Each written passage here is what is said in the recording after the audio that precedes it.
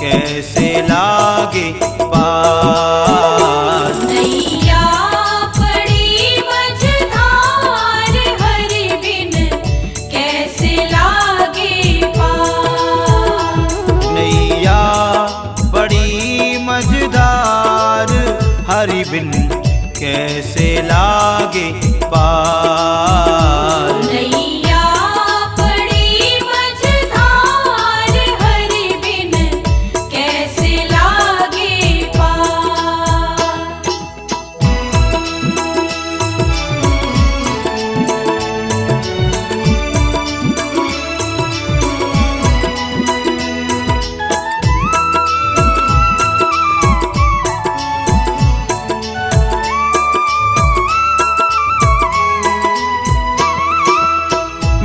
अपराधी जन्म जन्म का नख सिख भरा विकार। तुम दाता दुख भंजन मेरे सुन लो करुण पुकार। नैया बड़ी मझधार हरि बिन कैसे लागे पार। नैया बड़ी मझधार हरि बिन कैसे लागे पार। नैया बड़ी मझधार हरि बिन कैसे लागे पार।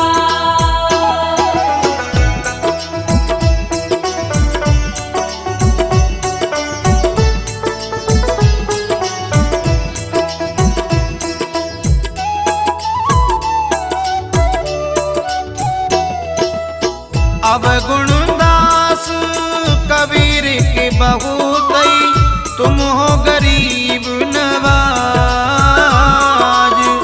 जो मैं पूत कपूत हूँ भगवन तुम हो पिता समान।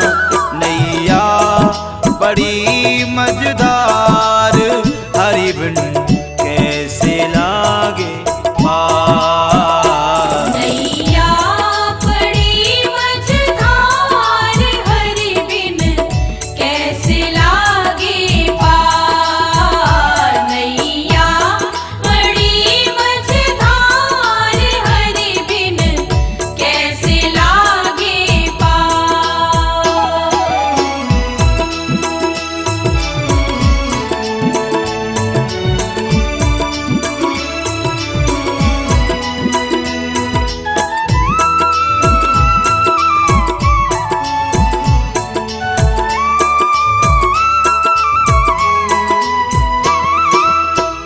अंतर्यामी एक तुम्ही हो जीवन के आधार।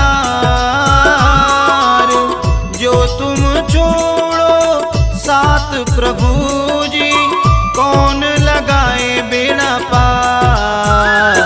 नैया बड़ी मझधार हरि बिन कैसे लागे पार। नैया बड़ी मझधार हरि बिन कैसे लागे पार। नैया बड़ी मझधार हरि बिन कैसे लागे पार।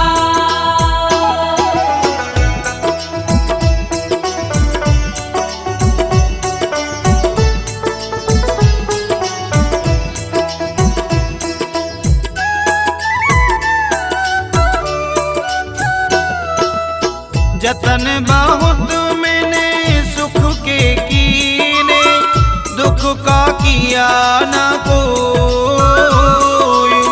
सुख दुख साथी संग सहाय